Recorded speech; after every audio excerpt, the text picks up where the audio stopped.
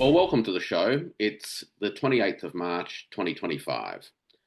The US administration has moved quickly to implement a raft of tariffs as part of a wider effort to reconfigure the domestic economic structures of the United States and the relationships between the US economy and those of other countries in the world. We've already seen the imposition of tariffs on steel and aluminium, and soon the US administration is set to implement its so-called reciprocal tariff measures. These tariff measures will have ripple effects across global supply chains, including those in Australia. As we count down the days to when the reciprocal tariffs come into effect, I'm joined by Felicity Dean, Professor of Trade Law, Taxation and Climate Change at Queensland University of Technology. Professor Dean has recently penned an article in The Conversation, which goes into some of these issues. I'll link to that article in the video description below. Today's conversation aims to unpack the situation as it stands and explore what some of the implications are likely to be. Welcome to the discussion, Felicity. Thank you so much. It's great to see you again. So let's get started. Could you just give us a brief overview, some of the background as to the tariffs that have already been implemented and the impending reciprocal tariffs? Absolutely. Well, look, it's been a busy few months, really. So this was not something that was a shock. We were well aware that tariffs were probably going to hit around about January, February this year, and we were disappointed. So the steel and aluminium tariffs, they had been in place in previous years, in previous administrations. That's actually the subject of a current World Trade Organization dispute. There are some distinct differences between the previous position of those tariffs and the ones that we are seeing implemented now. However, they have been shown to infringe World Trade Organization obligations and not to be excused by the national security exception that has been trotted out as a way of justifying them. So that we've seen these things in place for quite some time. The United States has been drifting towards a more protectionist type of approach when it comes to their trading partners. Free trade has been prioritised really since the end of World War II. It was seen as being more than just about trade. It was seen as being something that could ensure international relations. And since World War II, there was this trend towards free trade rules, opening up borders and ensuring that consumers had access to products from all over the world. However, I think it's fair to say that we have shifted slightly in that respect, and the neoliberalism approach is being replaced by the idea that we need to start putting up more metaphorical walls towards free trade and protecting domestic industries a little more. So in your article, you mentioned that the reciprocal tariffs measures from the United States in effect undermine or walk back on the bilateral commitments made between Canberra and Washington 20 years ago now, in 2005, under the Australia-United States Free Trade Agreement. Can you just explain a little about what that agreement entailed and how the measures from the current US administration relate to that agreement? Absolutely. So that agreement covers a range of different products and services that are the subject of trade between the two nations. And the idea was that over time, that gradually any barriers to trade would be removed. Predominantly tariffs would be removed. Now, this was certainly the case when it came to red meats such as beef and other products. And pharmaceuticals were strangely not supposed to be part of it, but they did end up on the negotiating table back 20 years ago. Now, look, there's many other goods and services that form part of it, and obviously we don't know what exactly the April 2nd tariffs are going to look like. So there could be all sorts of things that infringe those agreements. But to my knowledge, both sides have honoured the promises they made 20 years ago. I do know that some legislative changes were introduced in Australia to respond to some of those measures, including for our pharmaceutical benefits scheme, which, like I said, it wasn't supposed to form part of negotiations, but it did end up in letters which were annexed to the agreement. So, like I said, up until this point, the agreement's been honoured, and one of those agreements was that there would be absolutely zero tariffs on any Australian beef that entered the US market from 2018, I believe, off the top of my head. They were to be introduced over time. It was to gradually reduce, which did occur since 2018. There was supposed to be zero. So if there are tariffs imposed on our red meat products, then that will clearly be a problem for that agreement. Similarly, well, the pharmaceuticals didn't form part of the agreement, but the fact that it was annexed does show a degree of goodwill between countries when it comes to pharmaceuticals. Now, Australia exports quite a lot of beef to the United States, doesn't it? Yeah, it's the largest export to the United States. I can't think of the number off the top of my head. I feel like you might know that one. Well, let that be a little bit of homework for our viewers. Perhaps they can look that up. But it is a large contributor to Australia's exports to the United States. But under the free trade agreement over the course of the last 20 years, Australia has also been a significant importer of a broad range of products from the United States too, correct? That is true. To be perfectly honest with you, I have been less concerned with researching what those products actually are. We do have some pharmaceuticals, obviously, that come in here, but we are a net importer of US products, usually. In a lot of instances we are. But there was a recent, I can't recall the exact measure of it, but there was a recent instance because of the gold being exported to the US. It meant that our terms of trade were slightly different than usual, which was, some would say, reasonably bad timing, but little that you can do about that. But the broad pattern has been that Australia has been a net importer of products from America. Now, on almost the exclusively. yeah. Now, on the beef front, I mean, we have worked in relation to the beef industry on and off over the years, but I'd just like to dive into it a little bit more because of the categories of things that may be impacted by this reciprocal tariff arrangement. Beef and pharmaceuticals are the big ticket items. Could you give us a flavour, so to speak, of the potential implications for the Australian red meat sector of such tariffs and how the Australian red meat sector may be impacted and ultimately compelled to respond? So that's the first part of the question. And the second part really goes to what this may mean for American consumers, including the restaurants and catering sector, should there be an increase in the costs of Australian red meat into that market?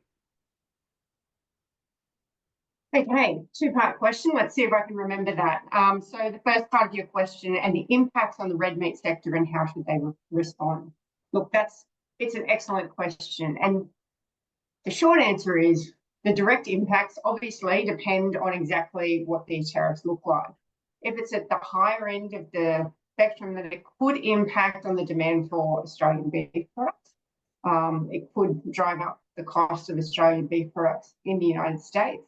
However, predominantly our beef exports to the US, it's not the super high quality stuff that's ending up in the US, it's more the types of burgers that you see at McDonald that Australian beef is featured in.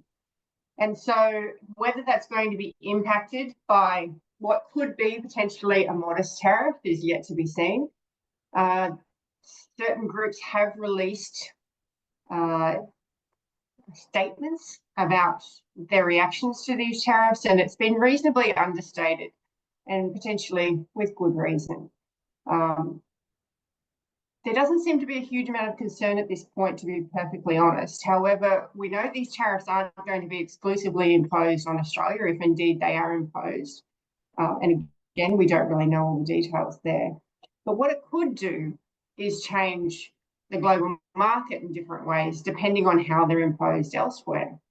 And it could change the demand from different countries for some of these high quality products that do go elsewhere.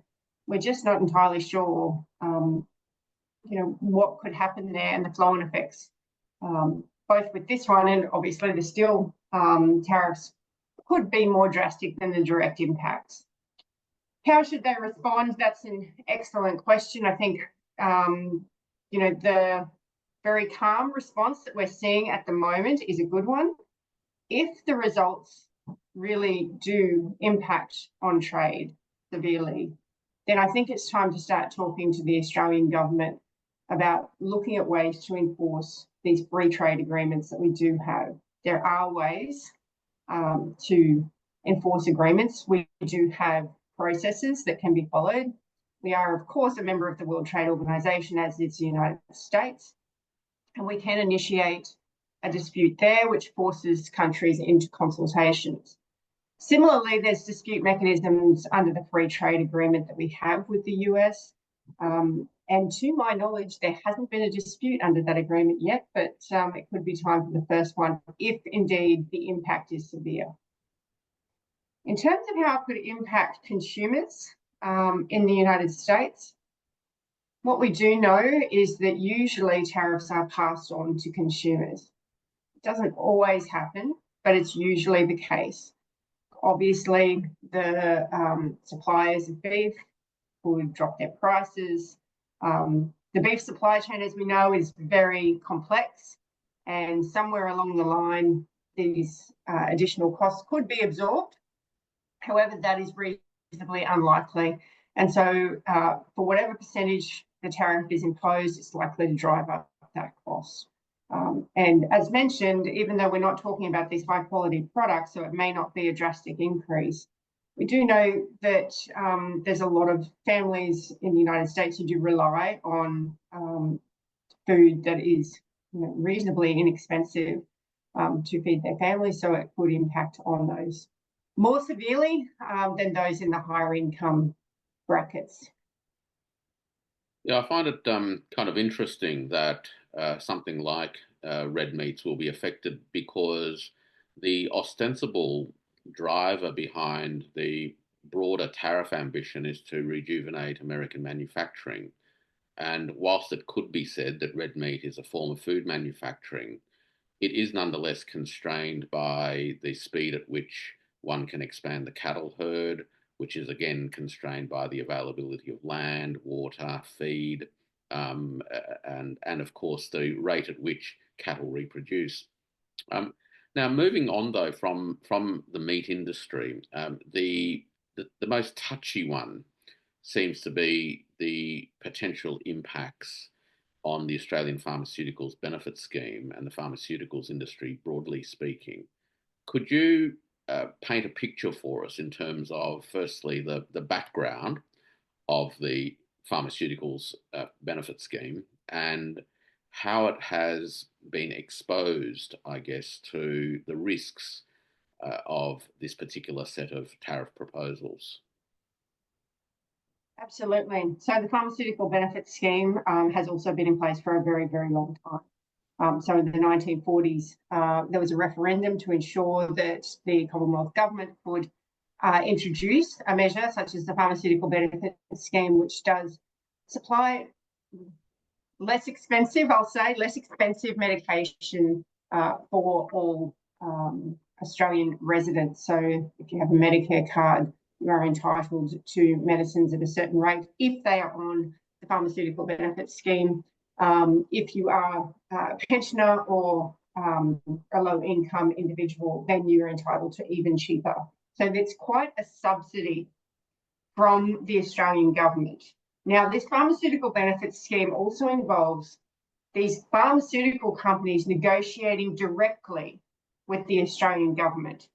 There is essentially one big consumer of pharmaceuticals in this country, and it is the government. And so when they're negotiating as to whether a particular medication is going to end up on pharmaceutical benefits scheme, they will obviously try and get the best price possible for the scheme.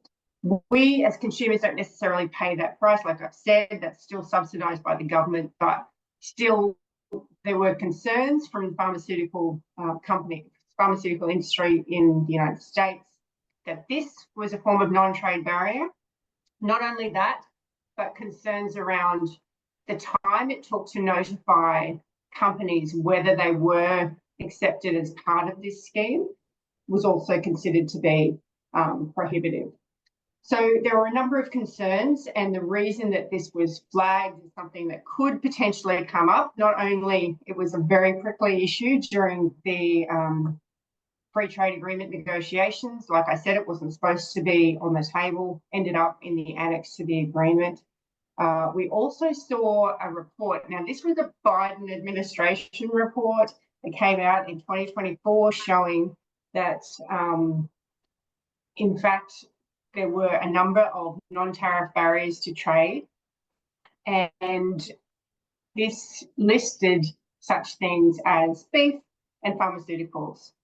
So that alerted us, but then we also found out that there was some lobbying going on from the pharmaceutical industry saying that the pharmaceutical benefits scheme was prohibitive and most definitely a non-tariff barrier to trade.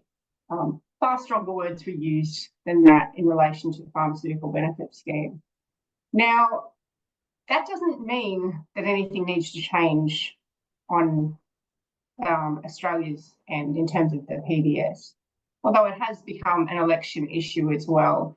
And there has been promises that it will not be touched regardless of what these tariffs may look like, which I think is reassuring, because it's up to the Australian government as to how this pharmaceutical benefits scheme changes. It's not up to the government of another country. It has been shown to not be infringing any trade rules whatsoever. These rules, along with the pharmaceutical benefits scheme, apply to any pharmaceuticals, whether they are Australian or whether they're coming from another country. So it's not a non-tariff barrier to trade whatsoever. And if there are any changes to it, and I'm going to back both political parties because they have said that they won't touch it, regardless of what these tariffs are. It could, however, impact on pharmaceuticals that are being exported to the US, because that could increase the price over there, which of course could impact on the consumers over there as well. Perhaps one of the unintended consequences of this is that it has put the question of national policy sovereignty fairly and squarely on the table. Perhaps inadvertently, because trade policy, in many ways, is not quite meant to do this, but it seems that in some ways it has. But you also touched on the potential avenues, both through the free trade agreement, but also through the multilateral bodies of the World Trade Organization, for a country like Australia to pursue actions. Now, what likelihood, in the context of the current US administration's attitudes towards multilateral bodies, do you think a country like Australia has of succeeding, number one? And secondly, given the timeframes involved in these sorts of mechanisms, do you think that there are other measures that could be taken in parallel? Now, there's an excellent question. In terms of the success, do I think negotiations or consultations are going to be successful? Highly unlikely. Do I think that they'll be successful in terms of any dispute that then follows? So what happens? You initiate consultations. If you can't come to an agreement, then a panel is formed. The panel is made up of experts who can't be from any of either the parties to the dispute, and they look at what the dispute involves and consider whether it infringes these agreements. The success of that does not have anything to do with the attitude of either of the countries. It's purely a legal dispute. Do these measures infringe the agreements, these rules that have been agreed between the parties to the organisation? And look, do I think that that will be successful? Probably. I think that there's a very good chance to show that these do infringe World Trade Organization rules, or alternatively, if we look at the free trade agreement, depending on how these are introduced, or even any tariffs placed on products like beef, will absolutely be in violation of that agreement. Now, the bigger problem, however, and you just noticed a big sigh, is that with the World Trade Organization, that doesn't end things necessarily. So a panel decides these tariffs are in violation of this agreement. That's all well and good. It's a moral victory. However, it can still be appealed because there is a sitting body under the World Trade Organization known as the Appellate Body. Now, we currently don't have sufficient members of the Appellate Body because the membership has been blocked. After a certain period of time, your position as an Appellate Body member does expire and needs to be replaced. But new membership has been blocked, in fact, by the United States administration for quite some time. So we can't blame the most recent events on that at all. However, it has been blocked for some time, and it means that if an appeal comes from a panel dispute, then it appeals into the void at the moment. It doesn't go anywhere. And there are many disputes waiting to be decided by a future appellate body once we get past a period of having those appointments blocked, if indeed we do. One of those appeals is about steel and aluminium tariffs that were imposed several years ago. As in, I believe it was 6 or 7 years ago that those were imposed now, but that is waiting to be appealed because the panel has determined that it is in violation of the agreement. So will it succeed? I think so. Will it achieve anything? Potentially unlikely. Other things that could be done? Well, that's a very good question. I certainly don't agree with imposing reciprocal tariffs on United States products for the simple reason that we've discussed in terms of where tariffs are usually felt, and that's by consumers. Now, we have had high tariffs in this country in the past.